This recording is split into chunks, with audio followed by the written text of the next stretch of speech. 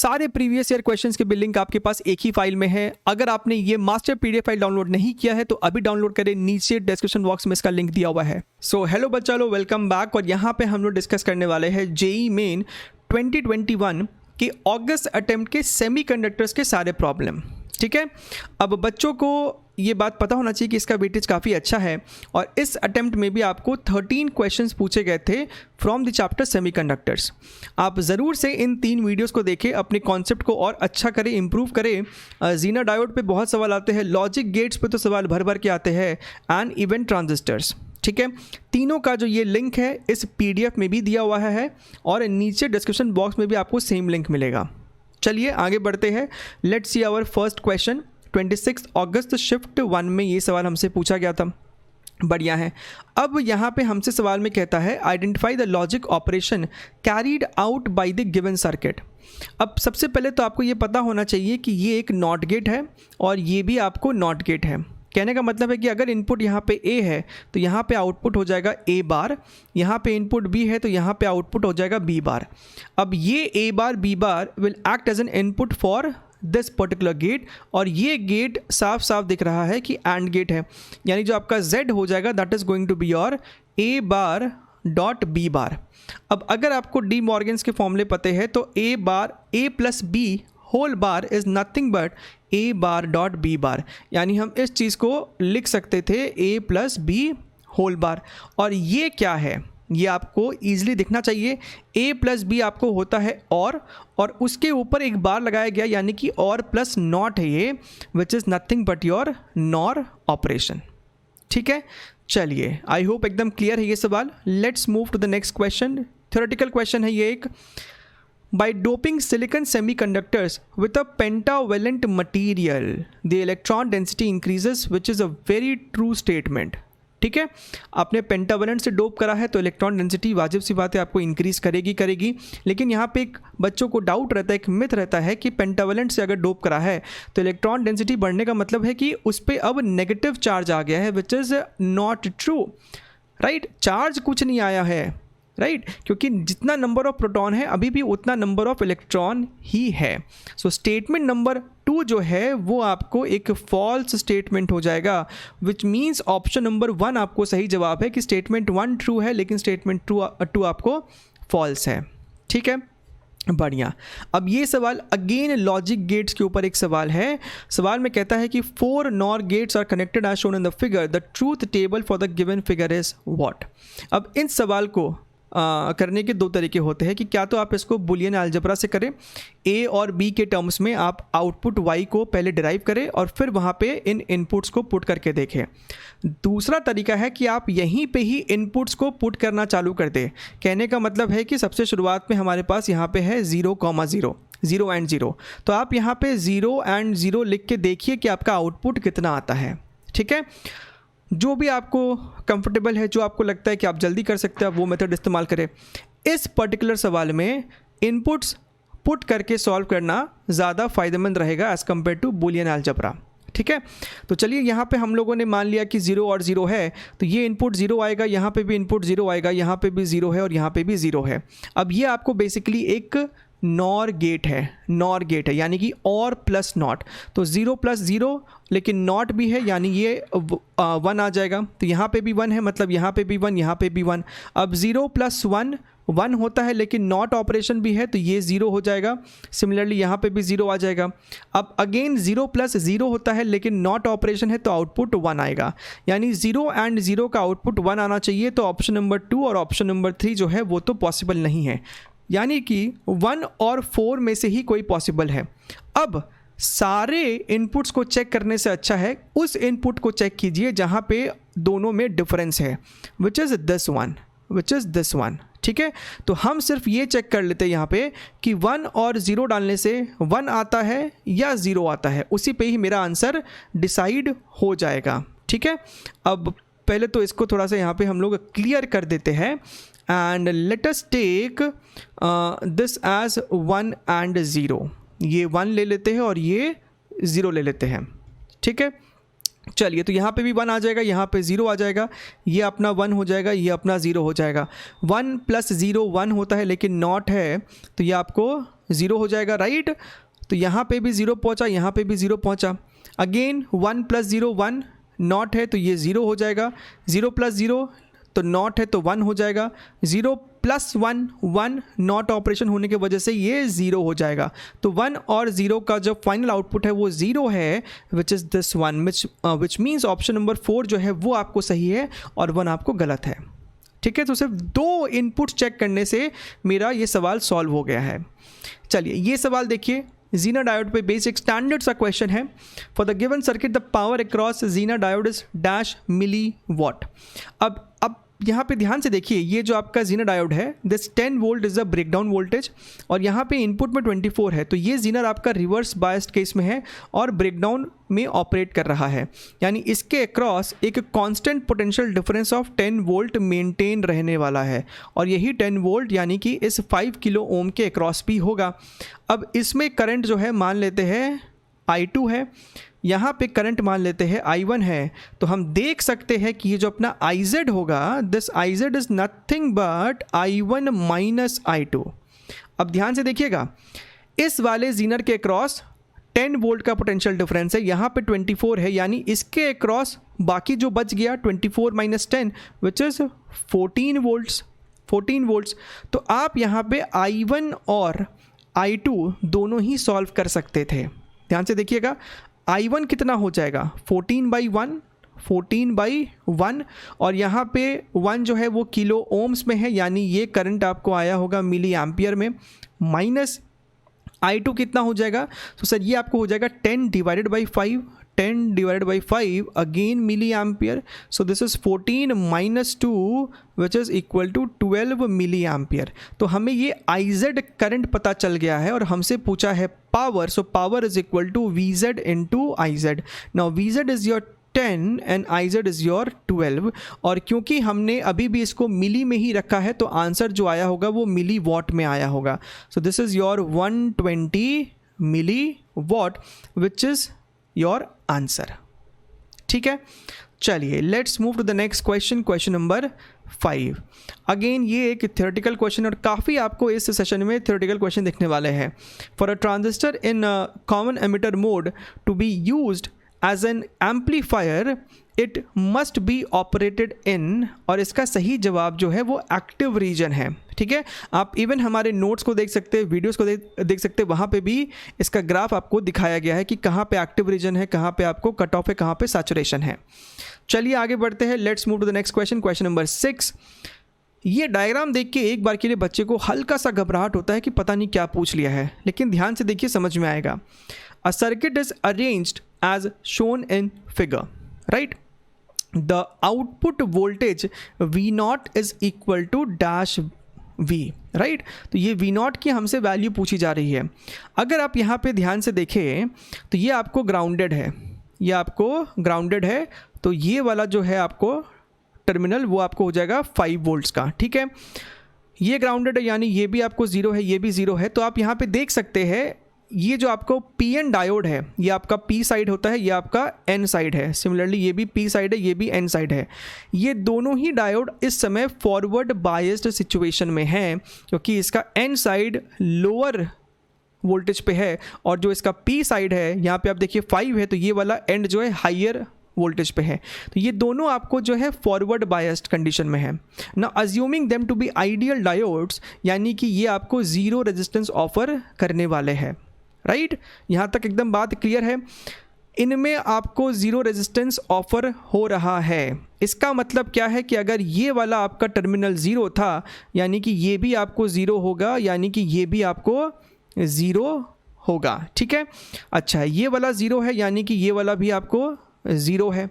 ठीक है, अब हम लोग यहाँ पे आ जाते हैं। ये जो अपना ट्रांजिस्टर है, आप यहाँ पे देख सकते हैं कि अगर ये भी 0 है, ये भी 0 है, ये भी आपका 0 है और ये आपका 5 है।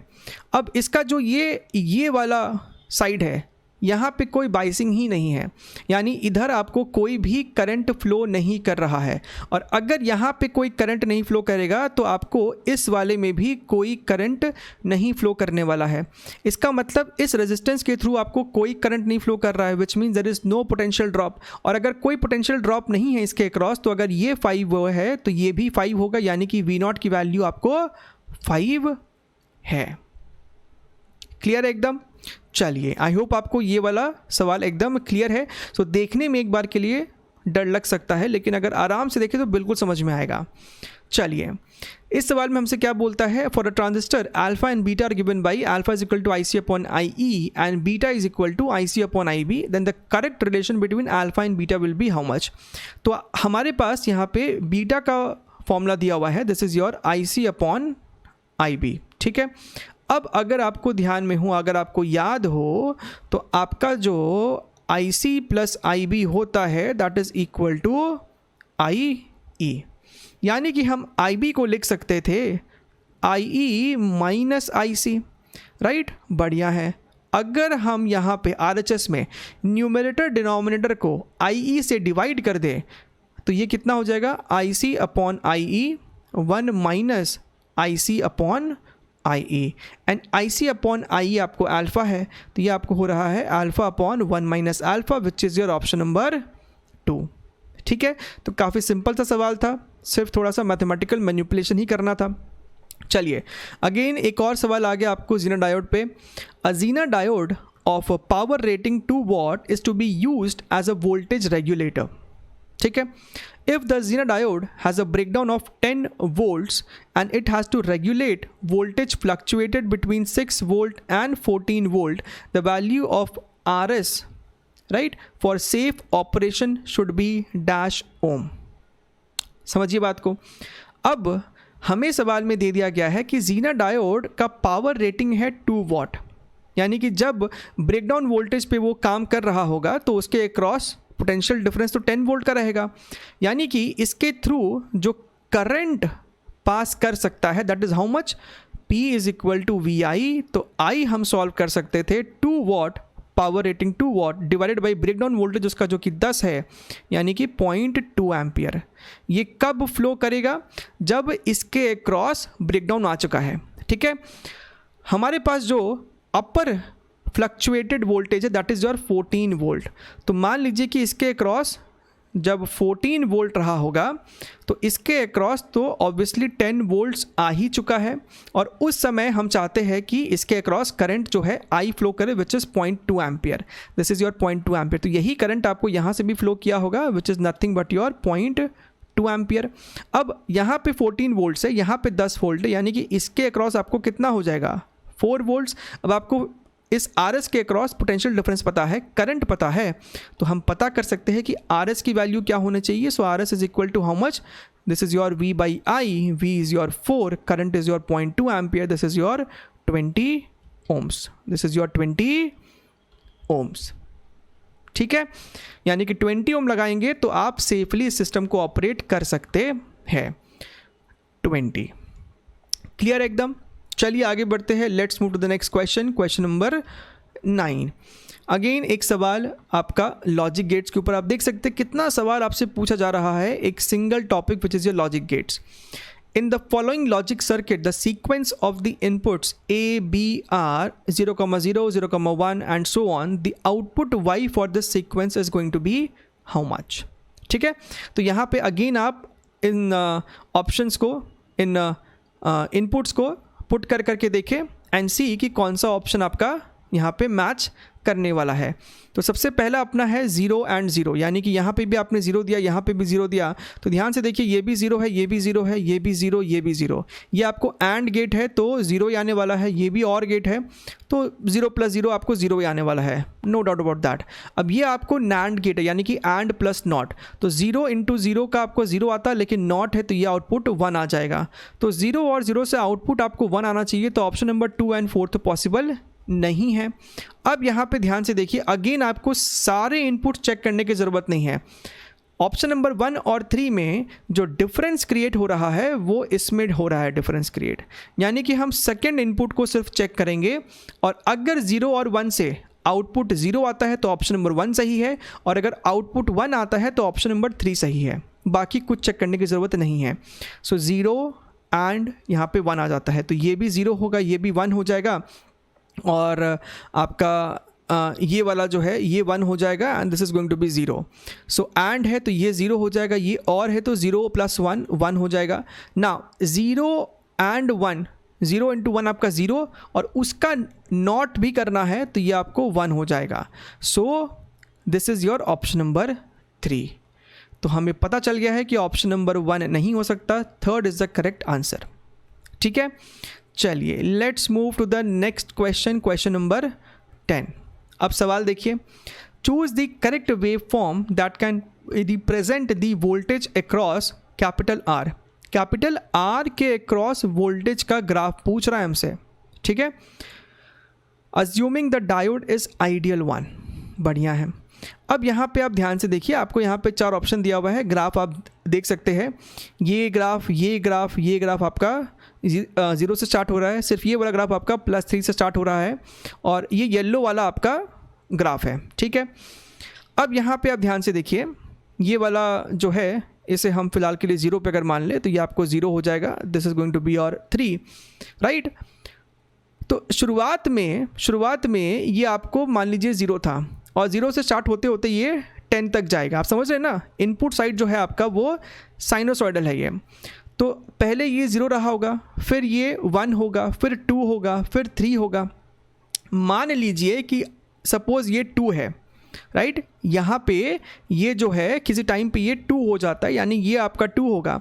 तो इसके P साइड में और N साइड में अगर आप ध्यान से देखिए तो P साइड पे 2 है और N साइड पे आपको 3 है, यानी ये आपको रिवर्स्ड बायस्ड कंडीशन में है। और अगर ये रिवर्स बायस कंडीशन में है, यानी कि ये एक इनफाइनाइट रजिस्टर की तरह बिहेव करने वाला है। It is not going to allow any current to pass through it. और अगर इसके थ्रू कोई भी करंट नहीं है तो आप देख सकते हैं कि अगर ये वाला आपका 3 होगा तो ये वाला भी आपका बेसिकली 3 हो जाएगा, और इसके अक्रॉस पोटेंशियल डिफरेंस जो है वो 0 हो जाएगा। ठीक है, वो आपको 0 होने वाला है। बढ़िया है, यानी कि आप इस बात को समझ सकते हैं कि जब आपका ये जो इनपुट वाला वोल्टेज है, समझिएगा ये आपका P था, ये N था, जब ये वाला वोल्टेज आपका 3 हुआ होगा उस समय तो ये फॉरवर्ड बायस्ड होना शुरू करेगा। एग्जैक्टली 3 पे इसके अक्रॉस अभी भी कुछ आया नहीं होगा, ये 0 इसके अक्रॉस 3 है और यहाँ से भी 3 है, तो इसके अक्रॉस अभी फ़िलहाल कोई फॉरवर्ड बायसिंग नहीं है। लेकिन जैसे ही ये वाला चीज़ आपका मान लीजिए 3.1 हो जाता है, जैसे ही ये वाला आपका 3.1 हो जाता है तो अब ये आपका फॉरवर्ड बायसिंग में चालू हो गया है। और फॉरवर्ड बायसिंग का मतलब है कि इसके अक्रॉस आपका जो रजिस्टर है वो 0 हो जाएगा। आइडियल डायोड है, समझ में आ रहा है। तो ये 3.1 आपको फिर इसके अक्रॉस भी आ जाएगा, यहाँ पे भी आपको 3.1 होगा, इसके अक्रॉस रेजिस्टेंस 0 है, सो इसके अक्रॉस पोटेंशियल डिफरेंस 0 होना चाहिए। तो ये वाला पॉइंट अगर 3.1 है तो ये भी 3.1 हो जाएगा, यानी कि इस रजिस्टर के अक्रॉस पोटेंशियल डिफरेंस 0.1 का होगा, राइट। तो हमसे सवाल में पूछा गया था कि इस रजिस्टर के अक्रॉस का ग्राफ बताइए, तो ग्राफ जो है वो आपको 0 से ही स्टार्ट होगा और ये आपको बढ़ता जाएगा। सो 1 नंबर ऑप्शन और 2 और 3, ठीक है, समझ में आ रहा है बात। अच्छा है, अब यहाँ पे ये वाला ऑप्शन तो क्लियरली गलत है, क्योंकि ये वाला पोर्शन भी यहाँ पे आना चाहिए, यहाँ पे कोई भी क्लिपिंग नहीं होने वाला है, ठीक है। अब जब ये वाला वोल्टेज आपका नेगेटिव में जाएगा, यानी कि जो लोअर वाला ग्राफ है, ये जो लोअर वाले ग्राफ्स है, जब ये आपको नेगेटिव में जाएगा, सपोज ये आपको हो गया है लेट अस से minus something, this is your -4, so this is your -4। So obvious सी बात है ये आपको रिवर्स बायस सिचुएशन में है, और अगर ये रिवर्स बायस सिचुएशन में है, इनफाइनाइट रेजिस्टेंस होगा, तो ये 3 है तो ये भी आपका 3 होगा। Again there is no potential difference across it. So आप देख सकते हैं ऑप्शन नंबर 4 जो है वो आपको सही लगने लगेगा, क्योंकि यहाँ पे ग्राफ आपका 0 से स्टार्ट हो रहा है, ये आएगा 0 पे ख़त्म होगा, नेगेटिव वाला आपका कोई भी पोर्शन नहीं होगा, फिर ये दोबारा से 0 से स्टार्ट होगा। So this is going to be your correct answer, ठीक है। अज्यूमिंग कि सवाल में हमसे यही पूछा गया था कि इसके अक्रॉस पोटेंशियल क्या है, इसके अक्रॉस पोटेंशियल क्या है। अगर यही सवाल था तो यही इसका आंसर है। ठीक है, चलिए let's move to the next question, question number 11। Again इस सवाल को देख के बच्चों को डर लगेगा, लेकिन कहीं ना कहीं आपने ये चीज़ देखा होगा या फिर इसको ईजिली एग्जाम में भी सॉल्व किया जा सकता है। If VA and VB are the input voltages, either 5 volt or 0 volt, and V0 is the output voltage, then the two gates represented in the following circuit A and B are what? अब यहाँ पे देखिए, सबसे पहली बात तो आप इस चीज़ को समझिए, जब आपको कहा जाता है कि आपका जो, मान लीजिए आपका जो VA है वो 5 वोल्ट है, राइट। तो इस टॉपिक में, राइट, इस टॉपिक में लो वोल्टेज को हम लोग 0 से डिनोट करते हैं और हाई वोल्टेज को हम लोग 1 से डिनोट करते हैं। आप जो अभी तक लॉजिक गेट्स में 1 0 1 0 देख रहे हो, सो 1 is taken for high side, high voltages, and for low voltage आपको 0 डिनोट किया जाता है। ठीक है, अच्छा है। अब सबसे पहले बात कर लेते हैं ए वाले पोर्शन की। तो यहाँ पे हम इसका ट्रूथ टेबल बनाने का कोशिश कर लेते हैं। ध्यान से देखिएगा, follow it very very carefully. ये आपका बेसिकली VA है, ये आपका VB है, और यहाँ पे हमें V0 लिखना है। ठीक है, अच्छा है। अब एक बारी मान लेते हैं कि VA जो है आपका वो 5 वोल्ट है। VA 5 वोल्ट कहने का मतलब है कि ये 1 है, और VB मान लेते हैं आपका 0 है, राइट, 0 वोल्ट यानी कि लो वोल्टेज, तो उसको 0 से डिनोट करेंगे। नाउ लेट अस सी कि अगर ये 5 है और ये 0 है, ये आपका ग्राउंडेड ही ऑलरेडी, ये आपका ग्राउंडेड है, तो आप देख सकते हैं कि D1 जो होगा वो आपको फॉरवर्ड बायस्ड है, और D2 जो है उसमें कोई बायसिंग नहीं है फिलहाल। सो D2 के थ्रू आपको कोई भी करंट नहीं फ्लो कर रहा है, लेकिन D1 जो है, assuming it is an ideal diode, ये आपको फॉरवर्ड बायस्ड है। तो ये अगर 5 वोल्ट है तो इधर भी आपको 5 वोल्ट होगा, ये भी आपको 5 वोल्ट है, यानी V0 is going to be 5 volt, यानी कि V0 को हम 1 से रिप्रेजेंट करेंगे। बात क्लियर है? अच्छा, अब मान लेते हैं कि let us take this as 0 and this as 5 volt. तो D1 आपका बायसिंग नहीं है, लेकिन D2 में तो आपका अगेन फॉरवर्ड बायस्ड है। सो यहाँ पे ये वाला भी 5 हो जाएगा। अगेन यहाँ से यहाँ आप ट्रैवल करके आ सकते हो, तो V0 अगेन आपका 5 हो जाएगा। तो अगर ये 0 है, ये 1 है, तो ये वाला फिर से 1 आ रहा है।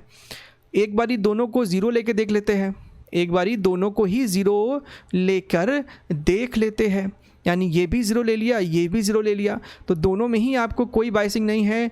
ये भी आपको 0 है, तो ये V0 आपको इवेंचुअली फिर से 0 ही आ जाएगा, ये भी। ठीक है, और अगर हमने दोनों को ही 1 ले लिया है, यानी ये भी 5 वोल्ट ले लिया है और ये भी 5 वोल्ट ले लिया है, दोनों ही फॉरवर्ड बायस्ड है, अगेन ये भी 5 होगा, ये भी 5 होगा। सो 1 1 पे आपको 1 ही आने वाला है, and you can see this is nothing but your OR gate. So अगर आपने सिर्फ पहले पार्ट को भी क्रैक कर लिया है, तो एक ही ऑप्शन है जहाँ पे पहला वाला OR गेट है, which is your option number 2। But still let us see NOT gate, जो ये आपको ट्रांजिस्टर को यूज़ करके बनाया गया है, क्या ये NOT गेट है कि नहीं। सो इसके लिए भी हम लोग यहाँ पे एक ट्रूथ टेबल बना लेते हैं, बी पार्ट के लिए भी। यहाँ पे हमारे पास सिर्फ एक ही इनपुट है, which is your this one. आप देख सकते हैं ना, ये आपका VB इनपुट है, और आपका आउटपुट के नाम पे यहाँ पे ये है V0, राइट। अगेन आप VB को क्या तो 5 वोल्ट रख सकते हो या फिर 0 रख सकते हो, यही तो हमारे पास यहाँ पे ऑप्शंस हैं। मान लेते हैं कि हमने यहाँ पे VB को रख लिया है 0, ठीक है।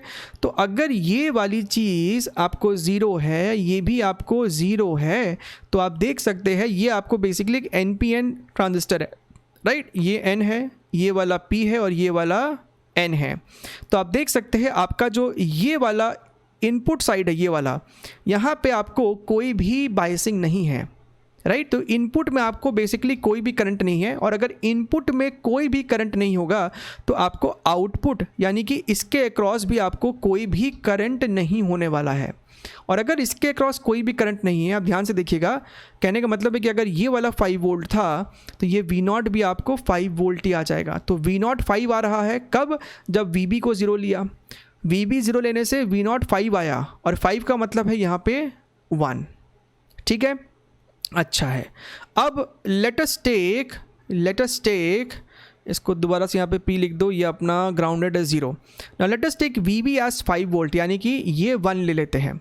तो अगर आपने इसको ले लिया है 5 वोल्ट, तो आप देख सकते हैं अब आपका ये जो इनपुट साइड है यहाँ पे ये वाला आपका P था, तो P वाला आपको हाई वोल्टेज से कनेक्टेड है और N वाला आपको लो से है, यानी ये फॉरवर्ड बाइस्ड में है। और ट्रांजिस्टर आप जानते हैं कि ये जो आपका एमिटर बेस्ड है, ये आपको E होता है, ये आपको B होता है। एमिटर बेस्ड आपका फॉरवर्ड बाइस्ड है, तो इसमें आपको भारी मात्रा में करंट है, ठीक है। और अगर इसमें आपको करंट है तो इसमें भी आपको करंट होगा ही होगा। यहाँ पे प्रॉपर फ्लो ऑफ करंट चालू हो जाएगा। ये आपको हो जाएगा एमिटर करंट, ये आपको हो जाएगा बेस करंट, और ये वाला आपको हो जाएगा कलेक्टर करंट, ठीक है। अब यहाँ पे आपको करंट पूरा है, एंड अगेन अज्यूमिंग कि ये सारे आपको आइडियल डायोड से बने हैं, सो वी कैन अज्यूम ये कंप्लीट सेटअप आपको फॉरवर्ड बाइसिंग में काम कर रहा है, this emitter base and collector base. तो फॉरवर्ड बायस है तो इनके अक्रॉस का जो रेजिस्टेंस है वो हम ऑलमोस्ट नेग्लिजिबल मान सकते हैं। अब बात को समझिएगा, अगर नेग्लिजिबल है, अगर इस पूरे का रेजिस्टेंस नेग्लिजिबल है, कहने का मतलब है कि अगर यहाँ पे पोटेंशियल ज़ीरो है तो यहाँ पे भी पोटेंशियल को ज़ीरो ही होना पड़ेगा, क्योंकि इसके अक्रॉस आपको रेजिस्टेंस ज़ीरो है, सो पोटेंशियल डिफरेंस भी ज़ीरो होना चाहिए। तो अगर यहाँ पे ज़ीरो है तो यहाँ पे भी ज़ीरो होगा, यानी ये जो V0 है उसकी वैल्यू ज़ीरो हो जाएगी, और ज़ीरो होने का मतलब है कि आपको यहाँ पे ज़ीरो दिखाना पड़ेगा, और ये बेसिकली आपको एक नॉट गेट का ऑपरेशन दिख रहा है। सो ऑप्शन नंबर 2 जस्टिफाई कर सकते हैं कि क्यों सही है, ठीक है। तो काफ़ी प्रॉपर तरीके से, डिटेल तरीके से आपको यहाँ पे समझाने की कोशिश की गई है। अब ये आपको अगेन एक थ्योरेटिकल स्टेटमेंट है, to get a steady DC output from the pulsating voltage receive from a full wave rectifier we can connect a capacitor across the output parallel to the load, right. So basically सिर्फ कैपेसिटर ही नहीं, even inductor को लगाने से भी आपको आपका जो ये रिपल्स होता है, आउटपुट में हमें यहाँ पे रिपल्स मिलता है। सो ये जो है वो ऑलमोस्ट इसको स्ट्रेट लाइन बनाने की कोशिश करता है, नॉट एग्जैक्टली लेकिन ऑलमोस्ट हो जाता है, ठीक है। सो इस हिसाब से आपका स्टेटमेंट 1 और स्टेटमेंट 2 दोनों से, ये स्टेटमेंट 1 में कैपेसिटर की बात की जा रही है और स्टेटमेंट 2 में इंडक्टर की बात की जा रही है। So this makes your option number 4 as correct, which is both statement 1 and 2 are true, ठीक है। चलिए let's see the last question of this session.